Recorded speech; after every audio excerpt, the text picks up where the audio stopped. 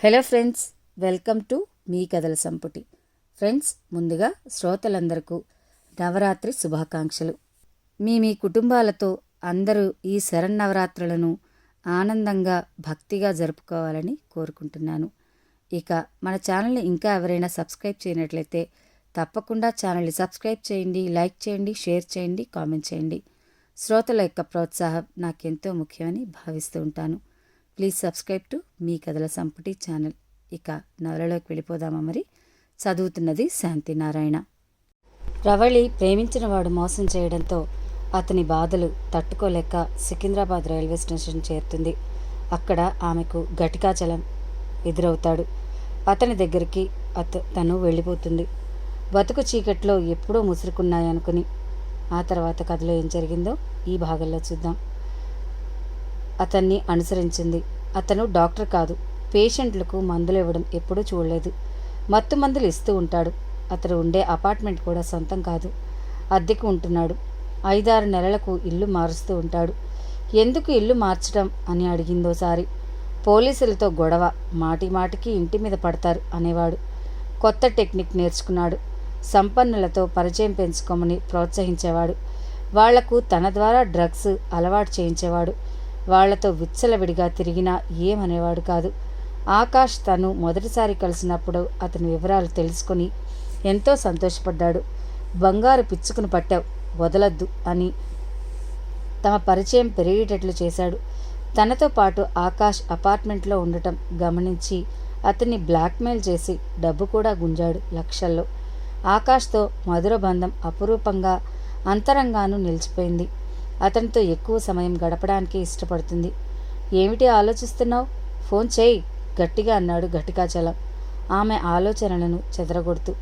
ఆకాష్కు phone చేసి hotel address చెప్పింది. గంటలో అక్కడ వాలిపోతానన్నాడు అతను.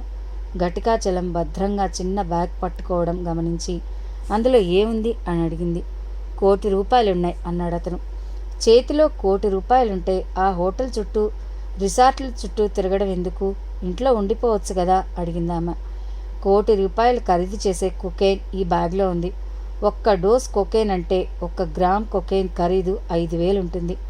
మనం ఈ బ్యాగ్ ఆకాష్కి అందజేసి అతని దగ్గర నుంచి 1 కోటి రూపాయలు వసూలు చేయాలి. అతను ఒప్పుకుంటాడా? ఆకాష్ డ్రగ్ ఎడిక్ట్ అయ్యాడు. అతనికి రెగ్యులర్గా డ్రగ్స్ సప్లై చేస్తుంది మనమే. మన మాట వినకపోతే డ్రగ్స్ సప్లై చేయం. ఒకసారి వీటికి అలవాటు పడ్డవాడు అవి దొరక్కపోతే పిచ్చెక్కిన వాడిలా తిరుగుతాడు. వాటి కోసం దేనికైనా తెగిస్తాడు అన్నాడతను తనలో తాను నవ్వుకుంటూ. మనిషి అసలే లావు, పైకి కనిపించకుండా తనలో తాను నవ్వుకుంటూ ఉంటే ఒళ్ళంతా కదిలిపోతుంది. అంతరాంతరాల్లో ఆకాష్ అంటే ప్రేమ ఉందామెకి. అతని పరిస్థితికి దిగజారడానికి కారణం తనే అతనికి డ్రగ్స్ అలవాటు చేసింది. వ్యాపారాల్లో నుంచి నైనిక తనను పక్కకు తప్పించేసిందన్న బాధపడుతుంటాడు. ఆమె తనను పెళ్లి చేసుకుంటుందని ఆశపడ్డాడు. అది జరగకపోవడంతో డిప్రెషన్లో ఉంటే తను అతనికి డ్రగ్స్ అలవాటు చేసింది. అన్నీ మర్చిపోయి ఆనందలోకల్లో విహరించే మార్గం చూపించింది. సినిమా హాలు దగ్గర పరిచయమైన ఆమెను చాకచక్యంగా బుట్టలో వేసుకున్నానని అనుకున్నాడతను. ఆకాశే ఆమె విసిరిన వలలో చేపలా చిక్కుకున్నాడు. ఇప్పుడు ఆమె ధ్యాస తప్పితే మరొకరు గుర్తుండడం లేదు. అతని వలలో చిక్కుకొని విలవిల్లాడుతుంటే ఆమెకు అతని పట్ల జాలి కలుగుతూ ఉంది.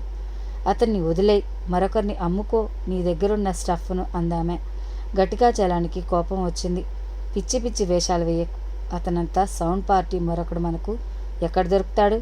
చెప్పిన టైంకి కొకైన్ అమ్మి డబ్బు ఇబ్రహీం చేతిలో పెట్టకపోతే నా పీక పిసికేస్తాడు. నోరు మూసుకొని చెప్పినట్లు చెయ్యి.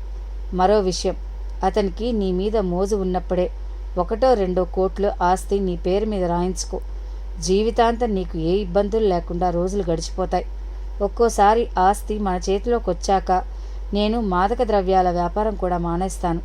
నువ్వు చెప్పినట్లు వింటాను. నేను ఏ పని చేసినా నీ శ్రేయస్సు కోరే చేస్తాను. నువ్వు తప్పితే నాకెవ్వరూ లేరు అన్నాడతను. ఆమె సమాధానం కోసం ఎదురు చూడకుండా బయటకు నడుస్తూ. సిటీ అవుట్స్కట్స్లో ఉంది హోటల్ వనప్రియ. అడవిలా ఉండే ప్రదేశంలో ఎత్తైన రాతి గుట్ట మీద కట్టిన 4 అంతస్తుల భవనది. హోటల్కి ముందు వైపు విశాలమైన పచ్చటి లాన్ ఉంది. వరుసల్లో పూల మొక్కలు గాలికి కదులుతూ ఉన్నాయి. ఒక విధమైన హాయి గొలిపే వాసన ఆ ప్రాంతమంతా ఆవరించి ఉంది. హోటల్కు వెనక పక్క స్విమ్మింగ్ పూల్ ఉంది. పక్కనే మసాజ్ సెంటర్ ఉంది. 3వ అంతస్తులో హై ప్రొఫైల్ గెస్ట్ కోసం మరో స్విమ్మింగ్ పూల్ ఉంది. ఈ రిసార్ట్ హోటల్కి పెద్ద పెద్ద వాళ్ళు వస్తారు. పోలీసులు నిఘా ఉండదు. అందుకే మన ఆపరేషన్కి ఈ హోటల్ సెలెక్ట్ చేశానన్నాడు ఘటికాచలం రవళితో. గ్రౌండ్ ఫ్లోర్లో రిసెప్షన్కి ఎదురుగా ఉన్న ఏసీ లాంజ్లో కూర్చున్నారు వాళ్ళిద్దరూ, ఆకాష్ కోసం ఎదురు చూస్తూ. ఇక్కడ కూర్చోవడం ఎందుకు? సూట్ తీసుకుని ఆకాష్ కోసం వెయిట్ చేయవచ్చు కదా అంది రవళి. పిచ్చిదానా, మన పేరు మీద ఏ ట్రాన్సాక్షన్స్ జరగకూడదు. అన్నీ ఆకాష్ పేరు మీదే జరగాలి. మనం ఏ విషయంలో ఇన్వాల్వ్ అవ్వకూడదు నవ్వుతూ అన్నాడు అతను. ఆకాష్ వచ్చాడు. ఇక్కడ కూర్చున్నారే, సూట్ తీసుకోలేదా అడిగాడు. క్రెడిట్ కార్డ్ మర్చిపోయి వచ్చాను, జేబులో పెద్దగా క్యాష్ కూడా లేదు అన్నాడు ఘటికాచలం. రిసెప్షన్ కౌంటర్ దగ్గరికి వెళ్ళాడు ఆకాష్. నేను చెప్పినట్లు చెయ్యాలి. అతన్ని ఎలా ఒప్పిస్తావో. క్యాష్ విషయం నేను మాట్లాడతాను. ఏదో పని ఉందని చెప్పి నేను వెళ్ళిపోతాను. సాయంత్రం వస్తాను. జాగ్రత్తగా అతన్ని ట్యాకిల్ చేయి. మన పని పూర్తయ్యేంత వరకు డ్రగ్స్ జోలికి పోకుండా ఇద్దరూ పోకండి. అతనితో అన్ని విషయాలు తీరిగ్గా మాట్లాడాక నాకు ఫోన్ చేయి. రెక్కలు కట్టుకుని వచ్చి వాలిపోతానన్నాడు ఘటికాచలం. అతను ఎంత తొందరగా తనను వదిలి వెళ్ళిపోతే అంత మంచిది అనుకున్నది మనసులో. తన దగ్గర ఉన్న చిన్న బ్యాగ్ ఆమెకిచ్చాడు. ఆకాష్ సూట్ బుక్ చేసి వచ్చాడు వాళ్ళ దగ్గరకు. లాంజ్లో ఎందుకు, సూట్లోకి వెళ్ళి మాట్లాడుకుందాం పదండి అన్నాడు ఆకాష్. నాకు అర్జెంట్ పని ఉంది, రవళి నీకు కంపెనీ ఇస్తుంది, నేను సాయంత్రం వచ్చి కలుస్తాననేసి హడావిడిగా వెళ్ళిపోయాడు ఘటికాచలం. సూట్లోకి వెళ్ళారిద్దరు. రిచ్ లుక్ ఉన్న సూట్ చూసి సంబరపడింది రవళి. సూట్ కేసులో బట్టలు తెచ్చుకున్నట్లయితే బాగుండేది. ఈ రిసార్ట్ నాకు బాగా నచ్చింది. ఇక్కడే 2-3 రోజులు ఉండాలనిపిస్తుంది అందామె. ఎన్ని రోజులు ఇక్కడ ఉండాలనుకుంటే అన్ని రోజులు ఉండు. ఆ ఏర్పాట్లు చేస్తాను. దగ్గరలో ఉన్న షాపింగ్ మాల్కి వెళ్దాం. నీకు నచ్చిన చుడిదార్, డ్రెస్, జీన్స్, చీరలు కొనుక్కో. హ్యాపీగా ఉండు అన్నాడు అతను ఆమె దగ్గరకు వచ్చి నడుం చుట్టూ చేయి బిగించి. కొత్త బంగారం లోకల్లోకి తీసుకువెళ్ళే డ్రగ్ ఏమన్నా తెచ్చావా అడిగాడు. కావాల్సినంత ఉంది స్టఫ్, కేజీ పట్టుకొచ్చాను. నీకు కావాలంటే మొత్తం నువ్వే తీసేసుకో అందామా. ఓ గ్రామ్ కొకైన్ ప్యాకెట్ విప్పి తీశాడు. ప్యాకెట్ సీల్ తీయగానే డ్రగ్ ఆవిరైపోతూ ఉంది, పొగలు కక్కుతూ. ఆ పొగను సన్నటి గొట్టంతో ముక్కుల్లోకి పీల్చుకున్నాడు. ఘాటుగా తగిలింది వాసన. అద్భుతం, స్వర్గంలో ఉన్నట్లుంది. రంబలా కనిపిస్తున్నావు నువ్వు అన్నాడు మత్తుగా. అతని కౌగిట్లో ఒదిగిపోయింది. ఆమె మెరుపు, నాజూకతనం అతనికిష్టం. నడుము వంపు సంపులు, ఉరువుల సౌందర్యం అతన్ని మరింత పిచ్చివాణి చేశాయి. ఆమె శరీరం వరద గోదావరిలా పొంగింది. ఒళ్ళు సెగలై పొగలై కాలిపోయింది. అతని చేతులు నడుం కింద భాగంలో కదులుతుంటే పకపకా నవ్వింది. ఈ జన్మలో తన అందాలు ఆకాష్కి అందించకపోతే వచ్చే జన్మలో కురూపినై పుడతానేమో అందుకుంది. అతన్ని కవ్వించింది, నవ్వించింది, ఉడికించింది. ఆ శృంగార రసాది దేవత కౌగిట్లో కరిగిపోయాడు. సాయంత్రం వరకు గది తలుపులు తీయకుండా మునిగిపోయారు ఇద్దరు. రూమ్ బాయ్కి రాత్రి 8ంటికి గుర్తుకొచ్చింది. సూట్ నెంబర్ 9కి మీల్స్ ప్లేట్లు సూట్లోనే పెట్టి వచ్చాడు. భోజనం చేశాక ఖాళీ ప్లేట్లు తీసుకువెళ్ళమని బజర్ నొక్కలేదు. మీల్స్ ప్లేట్ తీసుకువద్దామని డోర్ నాక్ చేసి సూట్ లోపలికి వెళ్ళాడు. లోపల కనిపించిన దృశ్యం చూసి నిర్ఘాంతపోయాడు. రవళి బెడ్ మీద అచేతనంగా పడుకునుంది. ఆకాష్ ఫ్లోర్ మీద బోర్లా పడుకునున్నాడు. సార్, సార్, మేడం అంటూ 4-5 సార్లు పిలిచాడు. వాళ్ళ నుంచి సమాధానం లేదు, కదలికలు లేవు. ఆకాష్ ఏదో మత్తులో జోగుతున్నట్లు, కొంచెం కదిలినట్లు అనిపించింది. ఆమె అయితే చనిపోయి ఉంటుందనుకున్నాడు. ఆ పడుకున్న తీరు చూసి ఒంటి మీద బట్టలు సవ్యంగా లేవు. ఆమె చేతిని తాకి చూశాడు. చల్లగా మంచుగడ్డలా అనిపించింది. భయం వేసి రూమ్లో నుంచి బయటకు పరిగెత్తుకొచ్చి హోటల్ మేనేజర్కి చెప్పాడు. అతను కూడా రూమ్లోకి వచ్చి ఆమె చనిపోయిందని రూఢి చేసుకున్నాక రూరల్ డీసీపీకి, హైత్ నగర్ ఎస్ఐకి ఫోన్ చేసి చెప్పాడు. అరగంటలో పోలీస్ జీప్లో డీసీపీ, ఎస్ఐ, 4 కానిస్టేబుల్స్ హోటల్స్కి చేరుకున్నారు. సహజంగా చనిపోయి ఉంటుందా, హత్య చేయబడిందా సార్ అడిగాడు హోటల్ మేనేజర్. ఇప్పుడిప్పుడే ఏమీ చెప్పలేం. ఆమె బాడీని పోస్ట్ మార్టం చేయాలి. రిపోర్ట్ వచ్చాక కానీ ఏ విషయం తెలీదు అన్నాడు డీసీపీ. చిన్న బ్యాగ్లో కనిపించిన డ్రగ్ ప్యాకెట్స్ తెచ్చి డీసీపీకి చూపించాడు. కానీ ఆ టాబ్లెట్స్ ఏమిటో అర్థం కాలేదు డీసీపీకి కొన్ని క్షణాలు. ఇవేవో మాదక ద్రవ్యాల్లా ఉన్నాయి. శాంపిల్స్ ఫోరెన్సిక్ ల్యాబ్కి పంపించండి పరీక్షల కోసం అన్నాడు అతను ఎస్ఐతో. మరేమైనా ఆధారాలు దొరుకుతాయేమోనని సూట్ అంతా గాలించారు. డబల్ కాటుకు పరుపుకు మధ్య ఉన్న గ్యాప్లో పడి ఉన్న టైటన్ వాచ్ని సేకరించారు. ఫోటోలు, వేలిముద్రలు తీసుకున్నాక hotel manager, room boy statements తీసుకున్నారు. పంచనామా జరిపించాక డెడ్ బాడీని తీసుకువెళ్లారు. పోలీసులు ఆకాష్ను కస్టడీలోకి తీసుకున్నారు. మరుసటి రోజు ఉదయం పోలీస్ స్టేషన్లో ఆకాష్ను ఎదురుగా కూర్చోబెట్టుకుని ప్రశ్నించడం మొదలుపెట్టాడు డీసీపీ విశాల్. మీ పేరు, వివరాలు, మీ గురించి చెప్పండి అడిగాడు విశాల్. ఆకాష్, మొన్నీ మధ్య వరకు వసుదా గ్రూప్ ఆఫ్ కంపెనీస్కి ఎండీని, బిజినెస్ మ్యాన్, పారిశ్రామికవేత్తలలో నా పేరు ప్రముఖంగా వినిపిస్తుంది అన్నాడు ఆకాష్ చక్కటి ఇంగ్లీష్లో. సొసైటీలో అంత స్టేటస్ ఏమిటో అర్థమైపోయింది. డీసీపీకి అతని నుంచి సమాచారం రాబట్టడానికి థర్డ్ డిగ్రీ మెథడ్స్ ఉపయోగించకూడదనుకున్నాడు. హోటల్ సూట్ మీ పేరు మీద బుక్ అయింది. మీతో పాటు సూట్లో ఉన్న అమ్మాయి ఎవరు? ఆమెకి మీకు ఉన్న సంబంధం ఏమిటి? ఆమె పేరు రవళి, నా గర్ల్ ఫ్రెండ్. దాచుకోకుండా స్పష్టంగా చెప్పేశాడు. రవళిని ఎందుకు హత్య చేశారు అడిగాడు డీసీపీ. అప్పటికింకా పోస్ట్ మార్టం రిపోర్ట్ రాలేదు.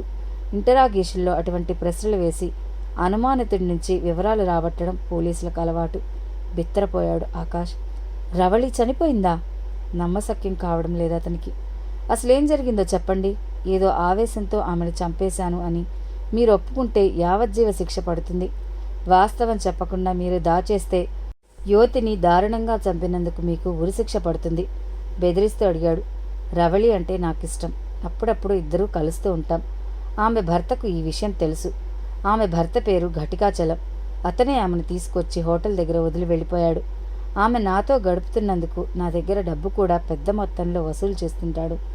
ఆకాష్ చెప్తే ఘటికాచలం ఇంటి అడ్రస్, ఫోన్ నెంబర్ నోట్ చేసుకున్నాడు ఎస్ఐ. ఇప్పుడు చెప్పండి, నిన్న ఏం జరిగిందో మళ్ళీ అడిగాడు. రవళి, నేను ఆనందంగా గడిపాం. నాకు బాగా నిద్ర మత్తొచ్చింది. బెడ్ మీద పడుకున్నాను, ఫ్లోర్ మీద పడుకున్నానో గుర్తులేదు. ఎవరో నన్ను కొడుతున్నట్లు అనిపించింది. ఆ తర్వాత ఏం గుర్తులేదు. డీసీపీ విశాల్ పరీక్షగా ఆకాష్ కేసు చూశాడు. ఒంటిపై నల్లటి చారలు, కదుములు కట్టినట్లు కనిపించింది. చిత్తుగా తాగి ఏ గోడకో డబల్ కాటుకో గుద్దుకొని ఉంటాడు. అందుకే ఆ చారలు ఏర్పడ్డాయి. ఇప్పుడేదో స్టోరీ అల్లుతున్నాడు అనుకున్నాడు మనసులో. పోస్ట్ మార్టం రిపోర్టు, ఫోరెన్సిక్ నిపుణుల రిపోర్ట్ రాకముందు ఎక్కువగా ఇంటరాగేషన్ చేసినా ప్రయోజనం ఉండదని ఆకాష్ను తన గదిలో నుంచి తీసుకెళ్లమని పోలీసులకు సైగ చేశాడు. ఇన్స్పెక్టర్ రంగస్వామి రవళి భర్త ఘటికాచలాన్ని మార్చురీకి తీసుకువెళ్లి ఆమె శవాన్ని ఐడెంటిఫై చేయమన్నాడు. చనిపోయిన స్త్రీ తన భార్యేనని నిర్ధారణ చేశాడు ఘటికాచలం. అతన్ని పోలీస్ స్టేషన్కి తీసుకొచ్చాడు ఇన్స్పెక్టర్. రవళి మీ భార్య కదూ అడిగాడు డీసీపీ. పెద్దగా ఏడ్చేశాడు ఘటికాచలం. ఏడ్చే మగాళ్ళని పోలీసు నమ్మరు. ఏదీ దాచకుండా నిజం చెప్పు. చనిపోయిన రోజు నీ భార్యను నువ్వే హోటల్ దగ్గర వదిలేసిపోయావట కదా, ఎందుకలా చేశావు అడిగాడు విశాల్. రవళి ఆకాష్తో తిరుగుతోందని తెలిసి మందలించడానికి వెళ్ళాను సార్. మూర్ఖంగా నేను చెప్పేది వినకుండా అతనితోనే ఉంటానని మొండికేస్తే తిరిగి వచ్చేశాను. భార్య చనిపోయిందని తెలిసి బాధపడుతున్నాను. ఎవరికీ ఎటువంటి అపకారం చేసేది కాదు. అందరితో నవ్వుతూ మాట్లాడేది. చిన్న వయసులోనే నిండు 100 ఏళ్లు నిండిపోయాయి అన్నాడతను ఏడుపు గొంతుతో. నీ సెల్ ఫోన్ ఒకసారి ఇవ్వు. తన సెల్ ఫోన్ ఎందుకు అడుగుతున్నాడో అర్థం కాలేదు ఘటికాచలానికి. తటపటాయిస్తూ జేబులోని ఫోన్ డీసీపీకి ఇచ్చాడు. కాల్ లిస్ట్ వెతికాడు. రిసీవ్డ్ కాల్స్ లిస్టులో రవళి నుంచి కాల్ సాయంత్రం 5 గంటలకు రిసీవ్ చేసుకున్నట్లుంది. మీ ఆవిడ చనిపోయిన రోజు సాయంత్రం 5ంటికి నీతో మాట్లాడిందా? ఏం మాట్లాడింది? నీళ్లు నమిలాడు ఘటికాచలం. రాత్రికి ఆకాష్తోనే ఉండిపోతానంది. నా కోపం వచ్చి సెల్ ఫోన్ ఆఫ్ చేశాను అన్నాడతను. కాల్ డ్యూరేషన్ 10 నిమిషాలకు పైగా ఉంది. ఘటికాచలం చెప్పేది నమ్మలేదు డీసీపీ. కేసులో ఇరికిస్తారని భయపడుతున్నాళ్లే అనుకున్నాడు డీసీపీ. సర్లే, నువ్వు వెళ్ళు. మళ్ళీ ఇన్వెస్టిగేషన్కి నువ్వు అవసరమైతే పిలిపిస్తాను. సార్, నా సెల్ ఫోన్ మా దగ్గర ఉండని, ఇన్వెస్టిగేషన్ పూర్తయ్యాక ఇచ్చేస్తాం అన్నాడు డీసీపీ. భయపడిపోయాడు ఘటికాచలం. అతను భయపడుతుంది కేసులో తనను ఇరికిస్తారని కాదు. అందులో డ్రగ్స్ అమ్మే ఇబ్రహీం ఫోన్ నంబర్ ఉంది. పోలీసులు సామాన్యులు కాదు, ఆవలిస్తే పేగులు లెక్క పెడతారు అనుకుంటూ పోలీస్ స్టేషన్ నుంచి బయటకు వచ్చేశాడు. ఆకాష్ను పోలీసులు అదుపులోకి తీసుకుని పోలీస్ స్టేషన్లో ఉంచారని తెలిసి తల్లడిల్లిపోయింది కమలాంబ. ఓదార్చే ప్రయత్నం చేసింది నైనిక.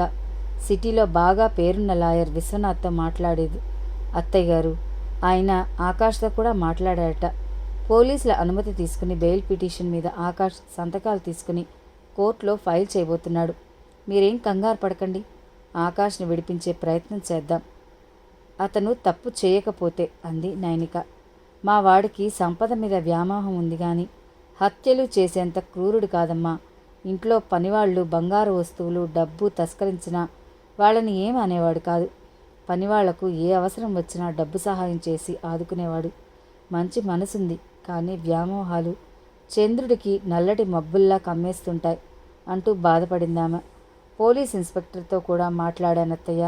రవళి అనే అమ్మాయి అనుమానాస్పద స్థితిలో మరణించిందట. ఆ సమయంలో హోటల్లో మీ అబ్బాయి ఆమెతో పాటున్నాడు. ఆకాషే హత్య చేశాడని వాళ్ళు చెప్పడం లేదు. మన ప్రయత్నం మనం చేద్దాం. ఆకాష్ నిరపరాధి అయితే తప్పకుండా ఈ కేసు నుంచి బయటపడతాడు అంది నైనిక. రవళి హత్య వార్త నగరంలో పెద్ద సంచలనం సృష్టించింది. ఈ హత్యతో ప్రముఖ వ్యాపారవేత్త ఆకాష్ పేరు ముడిపడి ఉండడంతో ఆ వార్త ప్రాముఖ్యం సంతరించుకుంది.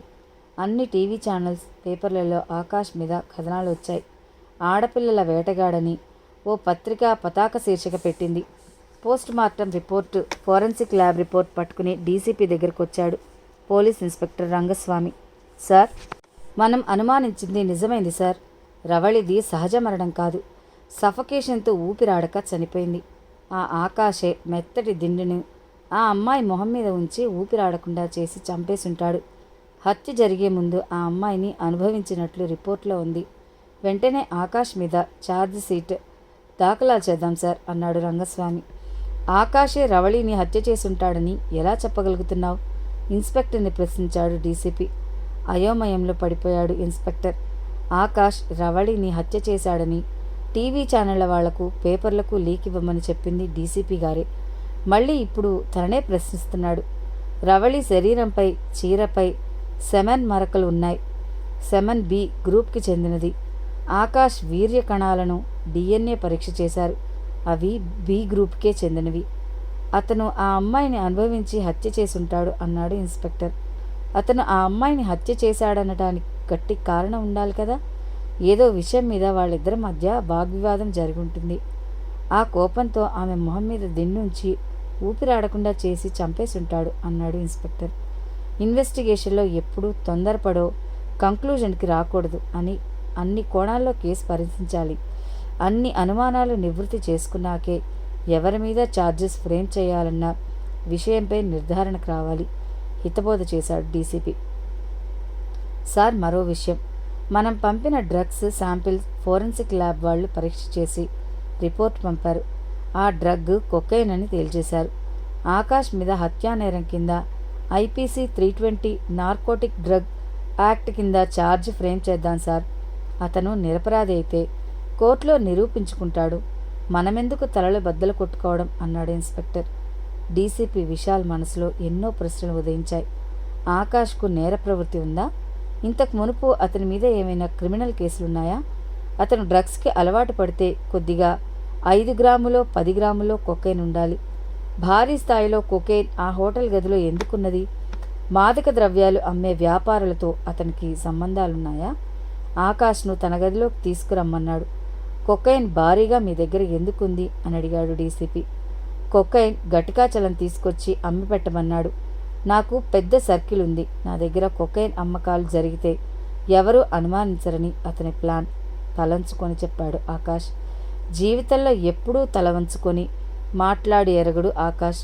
ముళ్ళదారిలో నడిచాడు కాబట్టే ముళ్ళు గుచ్చుకున్నాయి. వాస్తవాలు పోలీసులకు చెప్పి ఆ ముళ్లను తొలగించుకోవాలి. ఘటికాచలానికి డ్రగ్స్ ఎవరు సరఫరా చేస్తారు? అతని వెనుక డ్రగ్స్ వ్యాపారం చేసే పెద్ద ముఠా ఉన్నట్లుంది. ఆ విషయాలు నాకు తెలియవు. ఆ వివరాలు ఎప్పుడూ నాకు చెప్పేవాడు కాదు అన్నాడు ఆకాష్. అతను వాస్తవాలే చెప్తున్నాడని నమ్మకం కుదిరింది డీసీపీకి. ఆకాష్ బాడీ లాంగ్వేజ్ చూస్తుంటే హత్యలు చేసే నేరగాళ్ల అనిపించలేదు. బెడ్ మీద ఈ వాచ్ పడుంది. మీద టైటాన్ వాచ్ చూపిస్తూ అడిగాడు డీసీపీ. నాది ఇంపోర్టెడ్ వాచ్. ఆ వాచి ఘటికాచలానిది అన్నాడు ఆకాష్. మరికొన్ని ప్రశ్నలు అడిగి ఆకాష్ను సెల్కి పంపించాడు డీసీపీ. రిపోర్ట్లు మరోసారి చదివాడు డీసీపీ విశాల్. మరో క్లూ దొరికింది. పోస్ట్ మార్టం రిపోర్ట్లో బాగా బలంగా ఉన్న వ్యక్తి ఆ అమ్మాయి మీద పడి మొహం మీద దిండు లాంటి వస్తువుతో ఊపిరి ఆడకుండా హత్య చేశారు. ఆకాష్ మరీ అంత బలంగా కనిపించడు. ఓ 60 కేజీల బరువు ఉంటాడేమో. ఘటికాచలం ఎంత వెయిట్ ఉంటాడు?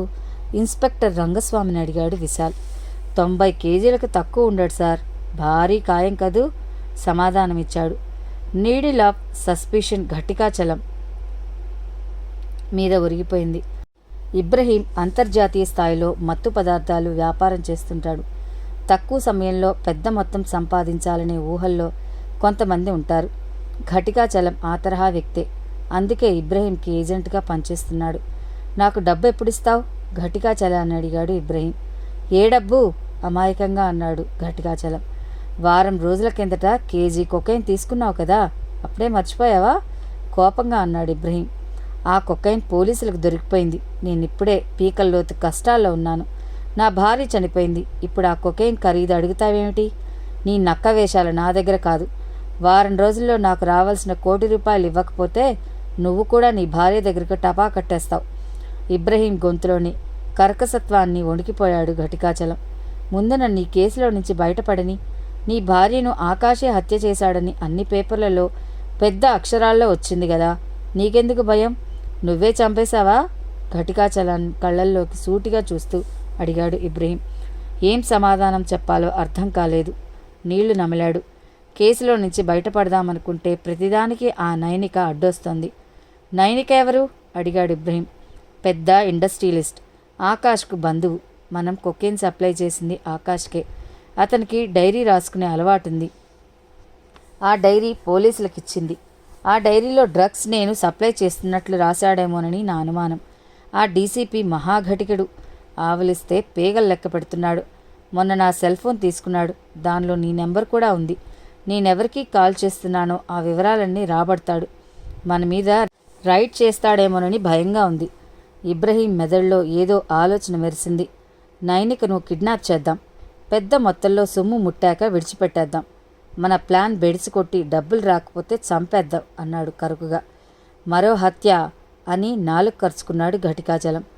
మరో హత్య ఏమిటి? నిజం చెప్పు. నీ భార్యను నువ్వే చంపావా? అడిగాడు ఇబ్రహీం. చంపాలనుకోలేదు. మా ఆవిడంటే నాకెంతో ఇష్టం. అనుకోకుండా చనిపోయింది ఉద్వేగంతో అన్నాడు. మాటలు తడబడ్డాయి. నీ గొడవ నాకెందుకు కానీ, రేపు ఉదయం కలుద్దాం.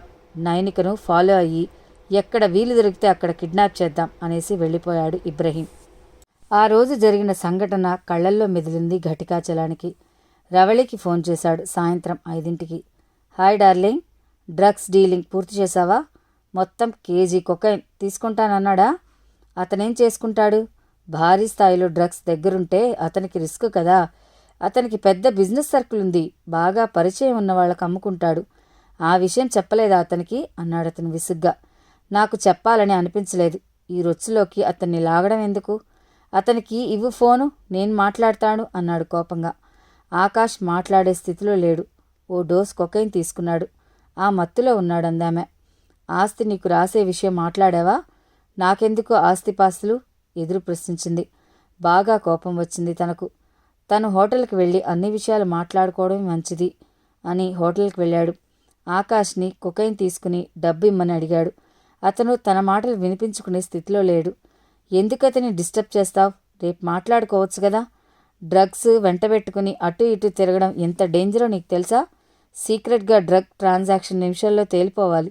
ఆ విషయం మాట్లాడమని నీకు చెప్తే ఇద్దరు ఆనందంలో మునిగి తేలుతూ ఉండిపోయారా? అందుకేనా అతని దగ్గర నిన్ను వదిలేసి వెళ్ళింది? నాకు ఇష్టమై నేను అతన్ని బుక్ చేసిన సూట్లో ఉన్నాను. మధ్యలో నీ గొడవేమిటి? నువ్వు వెళ్ళిపో ఇక్కడి నుంచి అందామె తనని నెట్టివేస్తూ. ఆమె మీద కోపం రాలేదు ఆ క్షణంలో. ఆకాష్ 2 పీకితే మత్తు వీడిపోతుందనుకున్నాడు. అతని చెంపలు గట్టిగా వాయించాడు. రవళి అడ్డొచ్చింది. ఆమెను పక్కకు నెట్టేసి, నేనా వీడా నీకు మొగుడు అన్నాడతను. పరాయి మగాడి దగ్గరికి కట్టుకున్న భార్యను పంపేవాడు మొగుడెలా అవుతాడు? నిలదీసిందామె. ఆమె మీద కోపం కట్టలు తెంచుకుంది. రవళిని మంచం మీదకి నెట్టేసి ఆమె మీద కూర్చుని చెంపలు వాయించాడు. తనను నెట్టివేయడానికి కాళ్ళతో తన్నడానికి ప్రయత్నించింది. ఆమె చేతుల మీద మోకాళ్ళు నొక్కిపెట్టి దిండి తీసుకుని ఆమె మొహం మీద ఉంచి గట్టిగా అదిమాడు. తన మాటకి ఎదురు చెప్తుందా? బుద్ధి లేదు దీనికి. పొట్ట మీద కూర్చోవడంతో బాధతో మూలుగుతోంది. ఊపిరాడక గిలగిలా కొట్టుకుంటోంది. 2 నిమిషాలు అలా అదిమిపెట్టి ఆ తర్వాత ఆమెను వదిలేద్దామనుకున్నాడు. 5 నిమిషాలు గడిచిపోయి ఆమెలో కదలికలు ఆగిపోయాయి. భయం వేసి ఆమె మీద నుంచి లేచి మొహం మీద నుండి దిండి తీశాడు. రవళి చనిపోయింది. భయం వేసి అక్కడి నుంచి వచ్చేశాడు. తను సూట్లోకి వెళ్ళడం, తిరిగి వెళ్ళిపోవడం ఎవరూ గమనించలేదు. ఉదయం పూట స్నానం చేసొచ్చి ఇంటి ముందు పచ్చటి లాన్ దగ్గర కుర్చీ వేసుకుని కూర్చుంది నైనిక. రుత్విక్తో మాట్లాడి చాలా రోజులవుతుంది. అతను ఫోన్ చేయడు. తను ఫోన్ చేస్తే మాట్లాడతాడు. రోజు అతనితో మాట్లాడాలంటుంటుంది కానీ తనంతట తాను అతనికి ఫోన్ చేయాలంటే సిగ్గు తనకు. అతనికి మొహమాటే ఎక్కువ. అనన్య పెళ్లికి తను విశాఖపట్నం వెళ్ళినప్పుడు తిరిగి వచ్చేటప్పుడు రైల్వే స్టేషన్లో అతను ప్రజెంట్ చేసిన పుస్తకం సంగతి గుర్తుకొచ్చింది. ఆ పుస్తకం సంగతి ఇన్ని రోజులు తనెందుకు మర్చిపోయింది? ఇంట్లోకి పరిగెత్తి షెల్ఫ్లో అతనిచ్చిన పుస్తకం కోసం వెతికింది. అరగంట సేపు వెతికాక ఆ పుస్తకం కనిపించింది. తిలక్ రాసిన అమృతం కురిసిన రాత్రి కవితల సంపుటి. పుస్తకంలోని పేజీలు తిరిగేస్తుంటే ఓ గులాబీ రంగు కాగితం కింద పడింది. వంగి ఆ కాగితం చేతిలోకి తీసుకుంది. సెంటు ఆ కాగితానికి పూసాడేమో మల్లెల సౌరభం ముక్కుపుటలకు తాకింది. ముత్యాల్లాంటి అక్షరాలు మెరిసిపోతూ కనిపించాయి. ప్రియమైన నైనిక, ధైర్యం చేసి రాస్తున్నాను ఈ ప్రేమలేఖ. మనసులోని భావాలను నీకు అందకుండా ఇన్ని రోజులు గడిపేశాను. ఇక నా వల్ల కాదు. మనసు విప్పి నీ ముందు మల్లెల తివాచిలా పరచాలి. ప్రేమలేఖలు రాయడంలో అనుభవం లేదు. నా మనసులోని భావాలు సరిగ్గా నీ ముందు ఉంచలేకపోతే క్షమించు. పొద్దున్నే లేచి పొలం వెళ్ళాను. ఉదయం పూట ఎంతో మెరుస్తున్న పచ్చడి పొలాలు చూస్తుంటే నువ్వు గుర్తుకొచ్చావు. పక్కన నువ్వు ఉంటే బాగుండేది అనుకుంటూ ఓ క్షణం కళ్ళు మూసుకున్నాను. కళ్ళు తెరిచి చూస్తే ఎదురుగా చిరునవ్వులు చిందిస్తూ నువ్వు కనిపించావు. ఎల్లోరా గుహల్లో మనం కలిసి తిరిగిడి గుర్తుకొచ్చి నువ్వు తూలి పడిపోతుంటే నేను పొదివి పట్టుకున్న దృశ్యం కళ్ళల్లో మెదిలింది. పొలం గట్ల మధ్య నడుస్తూ నువ్వు ఎక్కడ పడిపోతావో పట్టుకుందామని నా చూపులు నీ చుట్టూ తిరుగుతూ ఉన్నాయి. ఆ ఛాన్స్ నాకు దక్కనివ్వలేదు. వారం రోజులు నువ్వు, అనన్య, అనురాగ్ గారు మా ఊళ్ళో ఉన్నారు. ఆ వారం రోజులు మీతో అనుబంధం మధుర స్వప్నంగా మారి రోజు రాత్రిపూట హాయినిస్తూ ఉంది. నీ ధైర్యం, ఆత్మీయత నాకు ఎంతగానో నచ్చాయి. పంచదార చిలుక తీయదనం నీలో ఉంది. జీవితాన్ని ప్రేమిస్తావు. నీ స్నేహితాన్ని పంచుకున్న వాళ్లకు కూడా ఉత్తేజాన్ని, ధైర్యాన్ని కలిగిస్తావు. Really you are lover of life. నిన్ను తలుచుకున్నప్పుడల్లా వెన్నెల కిరణాలు రక్తనాళాల్లోకి చొచ్చుకుపోయి చల్లదనాన్ని కలిగిస్తుంటాయి అనిపిస్తుంటుంది. అప్పుడప్పుడు అనిపిస్తుంది ఉట్టికి ఎగరలేనమ్మా, స్వర్గానికి ఎగరాలని ప్రయత్నిస్తున్నట్లుగా ఉంటుంది నా ప్రేమ వ్యవహారం. నేను చిన్న రైతుని, నువ్వు పెద్ద ఇండస్ట్రియలిస్ట్వి, కోట్ల ఆస్తికి యజమానురాలివి. నీకు నాకు లంగరు కుదరదేమో. నువ్వు నా హృదయంలో పదిలంగా కూర్చుని కులుకుతూ ఉన్నావు. ఆ విషయం నీకు స్పష్టం చేయాలి. నీకు నేను నచ్చితే నా ఉత్తరానికి సమాధానమిస్తావు, ఫోన్ కాల్ చేస్తావు. నచ్చలేదనుకో నా ఉత్తరం చించేస్తావు. గరికపరులో ఉన్న నీ పొలాలను మరొకరికి కౌలకిచ్చేస్తావు. మళ్ళీ కలిసే అవకాశం ఇవ్వవు. నీ సమాధానం కోసం ఎదురుచూస్తూ రోజులు లెక్క పెట్టుకుంటున్నాను. మళ్ళీ నిన్ను ఎప్పుడు చూస్తానోనని. ఇట్లు ఎప్పటికీ నీ రుత్విక్. ఫ్రెండ్స్, విన్నారు కదా నవలలోని ఈ భాగాన్ని. ఈ నవల మిమ్మల్ని అందరినీ ఎంతగానో అలరిస్తుందని ఆశిస్తున్నాను. మరిన్ని మంచి నవలలు వినాలి అనుకుంటే తప్పకుండా మన ఛానల్ని సబ్స్క్రైబ్ చేయండి, లైక్ చేయండి, షేర్ చేయండి, ఛానల్ని ప్రోత్సహించండి. ప్లీజ్ సబ్స్క్రైబ్ టు మీ కథల సంపుటి ఛానల్. మరో భాగంతో మీ ముందుంటాను. అంతవరకు సెలవు. నమస్తే.